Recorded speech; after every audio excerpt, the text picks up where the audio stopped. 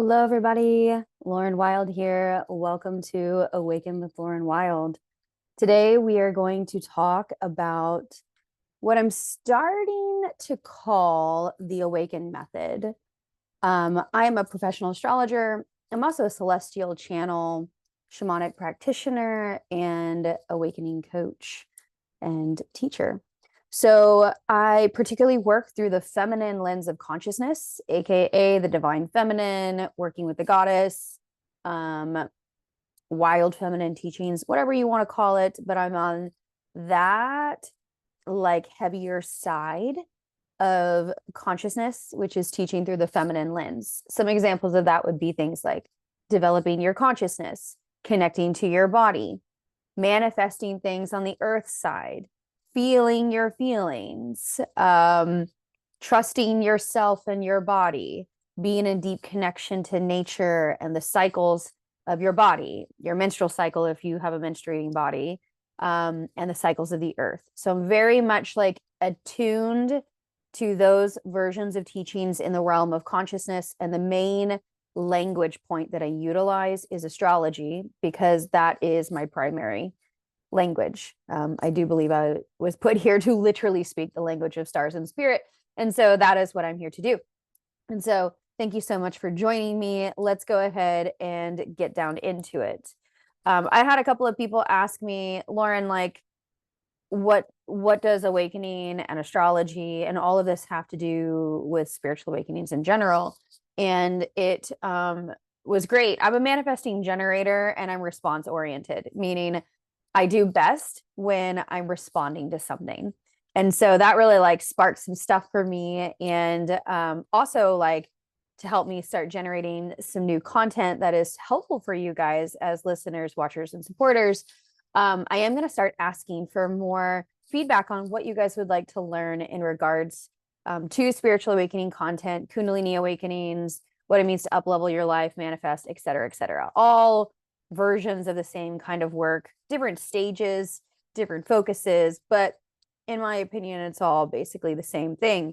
It is awareness and attunement and alignment, and then anchoring yourself in that reality you want to embody, and then amplify it. And that is my method that I've been channeling. And so I've actually been working on that for a very long time without it having such specific alliteration and specific language. I recently channeled that while I've been very sick over the summer, which I believe is actually and was actually spirit recalibrating my channel, my body, and my attunements, which I'm going to talk about on another episode, which is really and truly coming to the stark realization, especially as a channel and an extreme empath, that in order to continue to do this work, I have to prioritize my body. And as a 500-hour yoga instructor, holistic wellness coach, holistic health coach, I should know that, right? But it just hit me on a whole other level this past summer when I really started attuning myself and getting into the vibration of this new channel group that's come through me in 2022. It's really starting to take up a lot of space in my consciousness. They want to be known as the Council of 12, or the Ancestral One. We can talk about that on another episode if you guys are interested in that.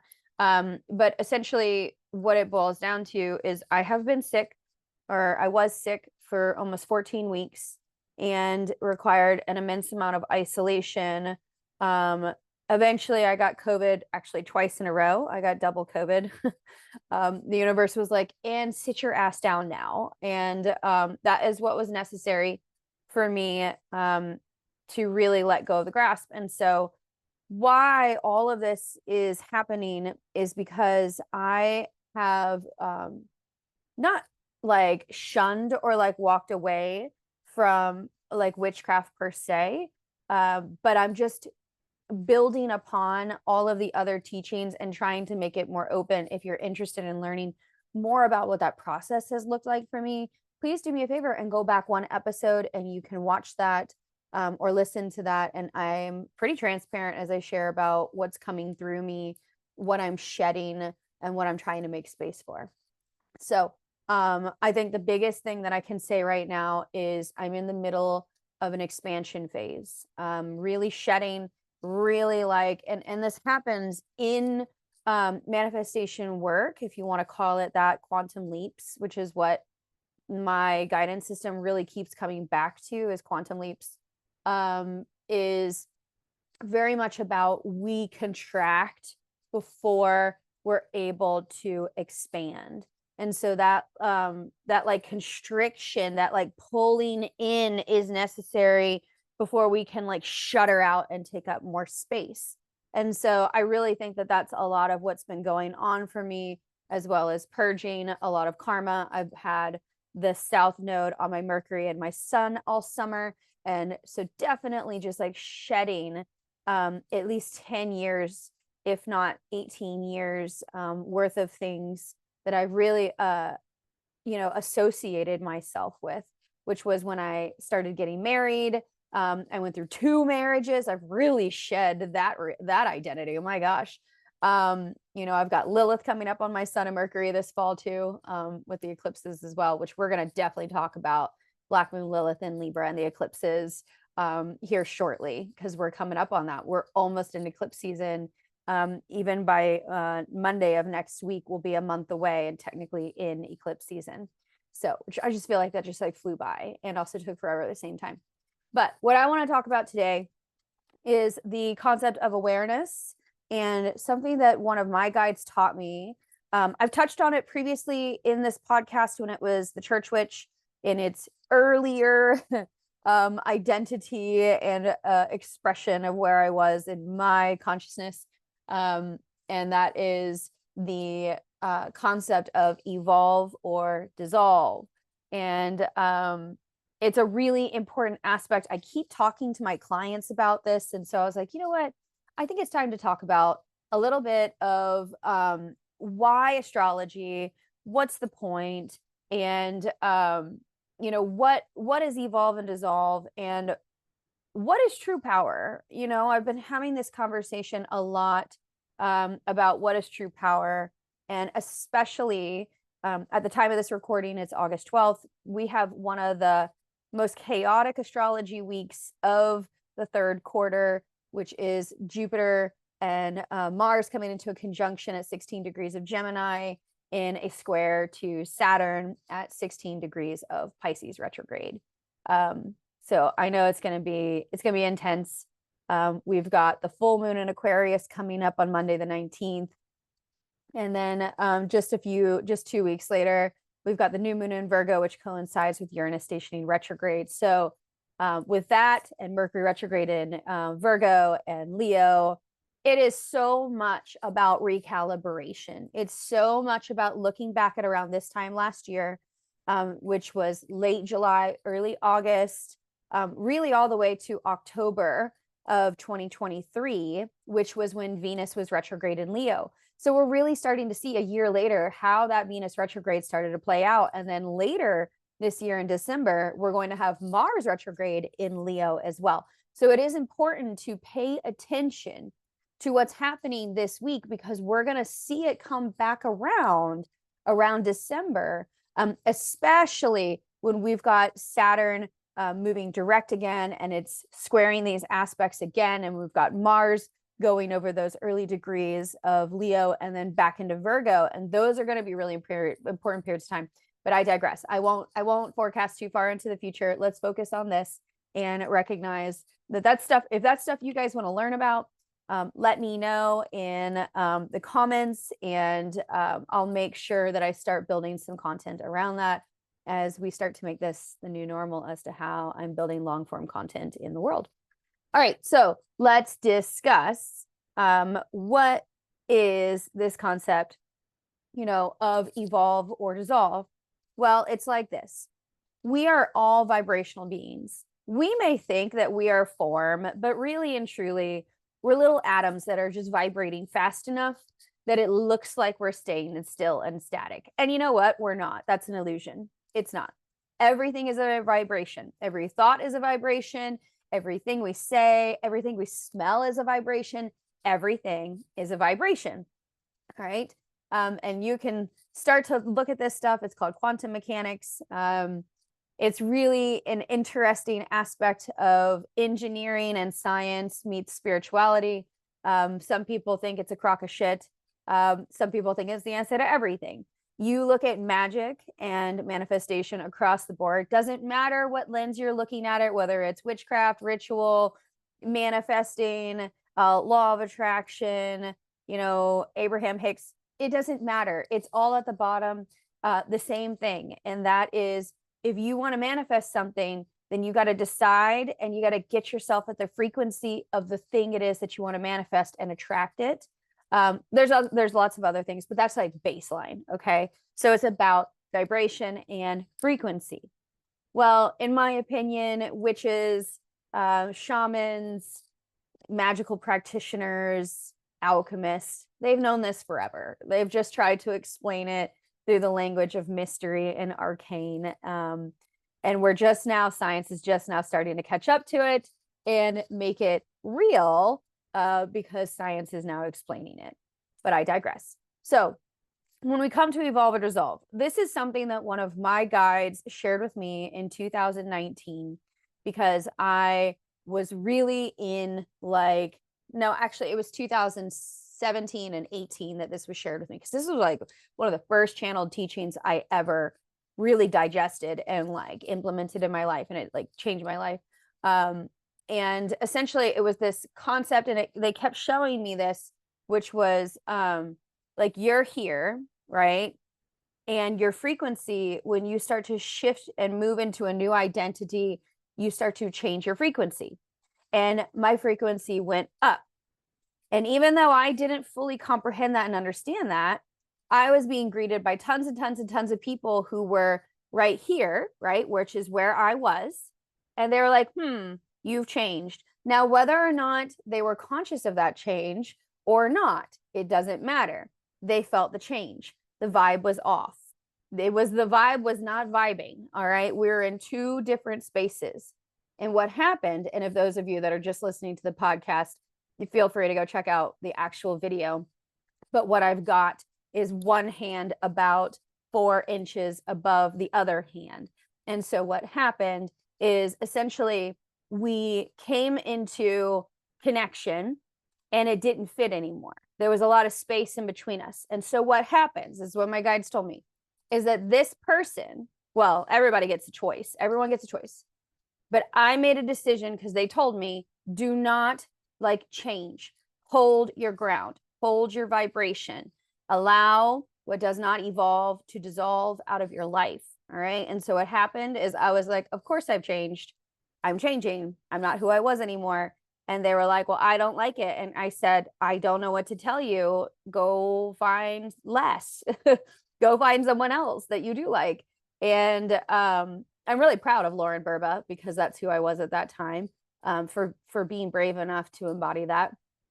It's easier said than done. That was a very difficult period of my life. But those people started to dissolve away. Now, here's where power and learning how to hold our power is the next teaching that I want to bring in, and I'm going to talk about it in a minute, is there is a necessary part of this initiation process, because at the end of the day, that's what this is. It's an initiation. It is where you go when you start to hit the challenge in descent-based spirituality or the hero's journey, where you hit your challenge and then you start to have to journey to the underworld, and no one can really go with you to the underworld. Yes, priestesses can open the gates, but when it comes to falling to bones in the underworld, nobody can do that but you, right? So this is where it really starts to prepare you for isolation, recalibration, dying to self, and being reborn, right? And so what happens is that we are required to hold the new vibration, as scary as it is, so that the old identity, the old lifetime that we lived can fully collapse out of our reality and make space for the next reality to land. And that little tiny period, that little period of space right there is what we call the paradox, or the liminal space, or the tension. All right. Some people will call that, the threshold. That's a lot of what we call it in my school, is the threshold. And you have to walk it. You have to cross it with intention, and you have to be willing to stay there and hold your vibration, hold your vision, hold your wits about you, to stand on business until the next version of your reality starts to come pouring in and start taking shape and form. It's scary. It's the alchemical process of transformation. So you're literally shedding skins, you're molting, you're in the fire of refinement, and anything that is not gold is going to burn away. Okay. But what happens on the other side of the threshold is your next identity, your next era, your next reality, and the next version of reality that you're stepping into will embody and will essentially, it will become your new, right? And so that, in the end of the day, is like very, very, very base level versions of quantum mechanics, quantum leaping, consciousness shifting states, identity work, whatever you want to call that. In my line of work, we call that third way magic, which is we're learning how to hold the tension between what was and what is, one idea and the next idea. Because you have to understand that the mind is a polarity organ. The heart and the gut, they're not polarity organs, meaning that they're not driven by survival consciousness to evolve. And so what the mind is programmed to do is to pick between A or B, black or white. Now, once we start to evolve and shift and grow our levels of consciousness, we have access to the 50 shades of gray in between. We have access to a spectrum in between. It's not a binary anymore. And that's evolution of the mind, right? That's a state of consciousness shift. But we're not necessarily wired that way. Some people are gifted in that, and some people are not. Certain signs, astrology signs, are much more adaptable and flexible than others, but we can talk about that on another session. But what happens is the mind, it really, really, really wants to pick something. So I always teach this in my programs when we teach paradox work. And that is, originally, one of my teachers, her name was Danielle Dulski. She wrote The Holy Wilde. If you haven't looked into her work, make sure you do. She's amazing. She is one of my major teachers. She taught me a lot of this stuff. And then I gleaned a lot of it from studying Carl Jung and Marion Woodman's work called The Tension of the Opposites, which is a very small book, but extremely potent. And then just working with my guides and them showing me a lot of these different things. Anyways, I digress. Essentially what it is that the mind really, really, really wants to pick between two options. It does not like a third in between. Okay. It doesn't. That is not what it's necessarily wired for. And you have to learn how to hold the tension of challenge in the mind, tension in the mind. And in my opinion, this is the most difficult form of magic there is. It's a long form of magic. It takes a lot from you, emotionally, mentally, spiritually, trust-wise, faith-wise. It just does. It takes a lot from you. And so essentially what you are working with is, my original paradox was wild and rooted. And at that time, when I was learning this stuff in 2018, those two things did not make sense to me. They just did not. They did not make sense to me. One of the other paradoxes I worked with even before that, which was 2017, was witch and mother. Those two things, that's how much I've grown and changed and evolved. Now I'm just they're the same thing. They're not anything different. But at that time, those two things did not make sense to me. I've had many students come in and be like pastor and priestess, or pastor and witch, or pastor and what was the other one? Creatrix, right? So I've worked with a lot of people that come out of high control religion, specifically Christianity, because that's what I came out of. But I'll work with anyone that comes out of a high control religion. But again, what it boils down to is that our mind really wants to pick. And this happened to me even just a few weeks ago. And it was really important for me to step back and meditate and get alone and isolate and realize, this always happens right before we shift an identity. We get to the place in our mind where our mind is like, wait, who am I? What are we doing? And it gets scared because the ego realizes it's about to die. And it really, really, really wants to hold on to some sort of identity. It wants to be nameable. It wants to be knowable. It wants to be safe. And what happens when we're doing this awakening work and this shifting identity and timeline work, quantum leaping, is that version of us is absolutely going to die. That timeline has to collapse out at some point. But very, very, very rarely does a whole timeline collapse out and then you just like walk, skip, and jump into the next timeline and it's ready for you. I can't say that's ever happened to me.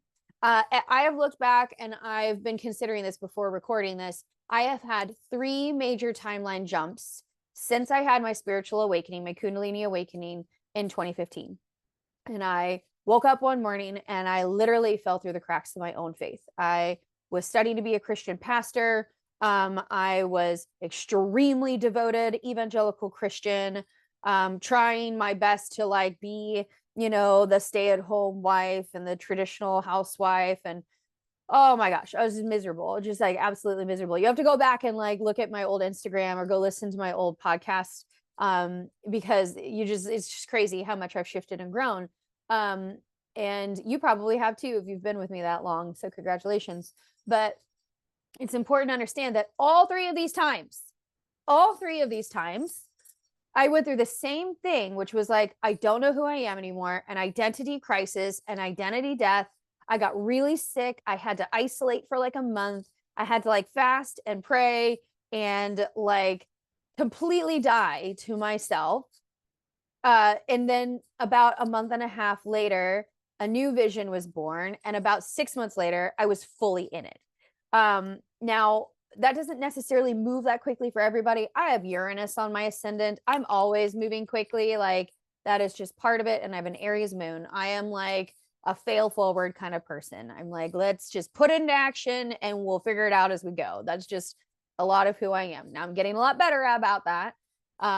Becoming a single mom with 3 kids, I definitely have had to slow down. Summer has looked like that for me as well. Really having to slow down and being extremely intentional with my yeses and my nos. Again, another conversation for another podcast. We will talk about letting our yeses be yes and our nos be our nos.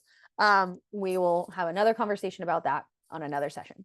But what I want to talk about next is power and what it means to really learn how to cultivate power.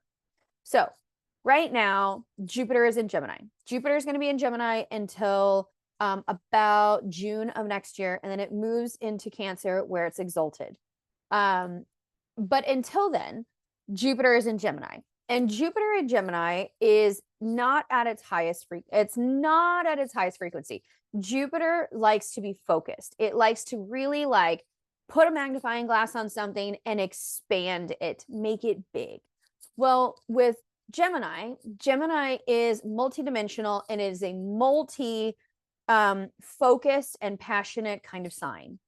So it's mutable. And what Gemini tends to do is to be what's called frenetic, meaning it's like you've got I did this one ritual at a moon circle here in Dayton where we used a styrofoam cup and I had them take a pencil or it was a nail or something and you thought about the cup and it was like, all right, here's my focus. My focus is I want to get to the gym every day so I can focus on my physical health and my well-being. Okay. And then I was like, all right, now I want you to take the nail and I want you to put in a puncture and then write down what it is on your cup as to everything that happens that takes your focus away from that goal. And then in the end, we like looked at it and it was like, there's 20 punctures where it's like my kids, my early morning schedule. I got to get my kids to the school and then I can't get to the gym because I have to work. So blah, blah, blah, blah, blah, blah, blah. Right. So what happens with Jupiter in Gemini is it's like a puncture hole that's like a balloon that's got a bunch of holes in it. It cannot fully expand. It's going to take a lot of effort because the energy goes everywhere. So it's very powerful for networking. It's very powerful for collaborations, connections, open-mindedness, seeing new perspectives, etc. But when it comes to really focusing and cultivating energy towards something that you want to complete, is not necessarily its highest potential, is not necessarily in Gemini, okay? Because the energy leaks everywhere. And so what I really, and even me, I'm personally reminded is we have to really stand on business. We have to really focus on the things, like no more than 3 things. All right. And I'll share a story about why 3 in just a minute. But no more than 3 things. And that is like really and truly about cultivating your power by closing off all other options for the thing that you want. All right. Closing off all other options, saying no to everything that isn't in alignment with your yes.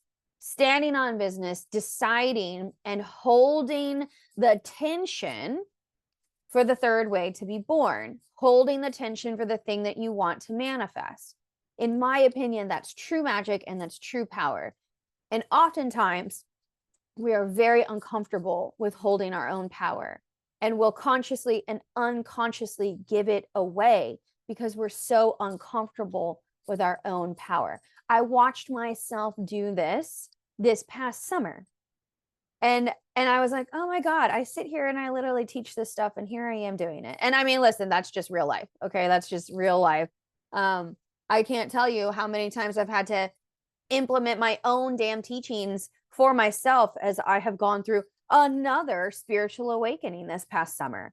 And this time I wasn't deconstructing religion. I was purely deconstructing my own self, my own identities. And that's often what we're pushing up against is this paradox between I don't want to be who I've been because it didn't get me what I wanted and I wasn't happy.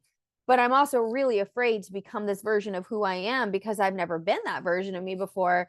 And imposter syndrome starting to kick my ass. And what do? And the thing is you lean in. You lean into the vision. You let the vision and the feeling of you in your vision carry you. And you have to believe in your vision, your North Star, so much that the pain of not being embodied in that vision is worse than the pain of staying in the comfort that you're in. And I don't know about you, but that's highly effective for me. And so what pure power really looks like in this world is learning your values, learning what it means to hold the line on keeping with your values, learning how to say no to everything that is not in alignment with your holy yes, and then don't move, right? That doesn't mean the universe isn't going to give you breadcrumbs where it's like that door was not meant for you. It doesn't mean that you lose the vision. It just means that person was not my soulmate, okay? The vision is still my vision. The seed that spirit gave me is still the seed. It just wasn't the right soil. You keep going, all right? And I could sit here and preach on that for a minute because that's largely what spirit has been talking to me about all summer. There's nothing wrong with your seed. There's nothing wrong with your sankalpa, your vision. It was the environment. And largely, we are a part of that environment. We are the ones that cultivate the soil. All right. So there's obviously work that we have to do on ourselves and eventually move into forgiveness and move back into hope. And that has been my paradox this summer. And I've been telling all my students that my paradox is hopeful and hardened. And I can share on that on another session. But what I want to start to really like work on closing out with is just a couple of awareness pieces for the listeners, for the watchers, for those of you that are with me and learning, is what part of your life is collapsing out right now? Is it your friends? Are you noticing that you don't want to wear what you used to wear anymore? Like I started getting a sense that I was collapsing things out when all of a sudden I was like, you know what? I want pink in my wardrobe. Like I want to just like fully go for it. I want to fully give in to my Libra, glitzy glamour. I want to just like fully give into it. I want to dye my hair blonde. I want to like stop dressing so heavy, and I want to lighten up just visually, aesthetically. And I knew I was like starting to shift also when I realized like my car doesn't really match my vibe anymore. Now I love my car. And I'm not changing it right now because it's a great car. It's super safe. And it's good gas mileage. I have a Subaru. But I am like, I think that I'm shifting out of Subaru. I think that I'm moving more into a Cadillac era or like a BMW era. And that doesn't mean that I'm going to do it right here, right now, because fiscally that doesn't make the most sense. But it does mean that I recognize these things are starting to shift. And the things around us, the visuals, the way that we feel, the things we're drawn to, the colors we're drawn to, are all subconscious anchors that our soul will use to start to cast out in front of us so that we start to step into it and embody it and catch up to it. All right. And that's a whole nother conversation. We'll talk about that more as to what it means to have a slow cooker body and a microwave brain when it comes to quantum leaping and emotional whiplash, etc. But again, I will be here every single week talking on these topics, especially the ones that you guys want to learn about. That really just like it really hypes up the manifesting generator in me because I'm a response-oriented generator. And I hope that this is helpful for you. The next question that I would ask is, what is holding you back? Can you name what's holding you back? Like, is there fear? Is it like a partner that you don't want to let go of? Is it a job that you are really attached to? Is it an identity that you both love and hate? What are some of those things that you feel like are blocks that are holding you back? And last is like, if you could name the next chapter of your life that would largely identify where you're going, what would you name the next chapter of your life? Think about it like a book. So like I'm calling the next era of my life my Empress era. And like a little caveat underneath it is like, I'm moving into the most successful decade of my life. And so that's like what I'm embodying. That's what I'm believing. And it is Delulu until it's Trulu, my friends. Okay. So I hope that this is helpful for you guys. I wanted to let you guys know that I am unrolling and launching the next program that I have, which is a blend of a previously existing program that I have called Soul and Synastry, which is a self-realization program that is rooted in astrology, tarot, and candle ritual. And then my new signature program, which is called Awaken, the Awaken method. And so I'm super duper duper excited about it. If any of this stuff like jazzed you up and you're like, actually, you know what? I do want to learn this stuff. Do me a favor and make sure that you click the link and check it out because it's rolling out. It is going to be super affordable. And I'm just really, really excited to start fully leaning into what it means to be a consciousness coach, an awakening coach, to teach on these things with a broader spectrum and a broader audience. I just realized that the niche that I was in, as much as I love it, was just limiting me and I needed to expand. I just needed to have more space to be who I am and share my story. And that's a large part of who and how I've done my work. And I just realized I felt constricted. I felt trapped by my own work and I had to expand. So I hope that this is helpful for you guys. Like I said, please do me a favor, like, subscribe. If this was helpful for you, if I named some things for you, if this was supportive, I really, really humbly ask that you share this with some of your friends so you can help me expand my work. This is how I live. This is how I pay for my family. This is I'm a single mom of 3 boys in this economy. So I feel like I've been really humble about trying to just kind of like do it without asking for too much help. And in this next version of me, I'm like, no. If this was helpful, tell your friends. I'm on the soft life trajectory path. I'm not just trying to struggle to do this work. So if you do me a favor, share with your friends, share on your social media, tag me because I would be so grateful to see. It really does a lot for me. It tells me I'm moving in the right direction. And then also it bumps the algorithms. And so, whatever offerings we have to make to the algo gods and goddesses, please and thank you. And I will see you guys next week. Thanks so much for joining me, and I'll see you guys later. Bye.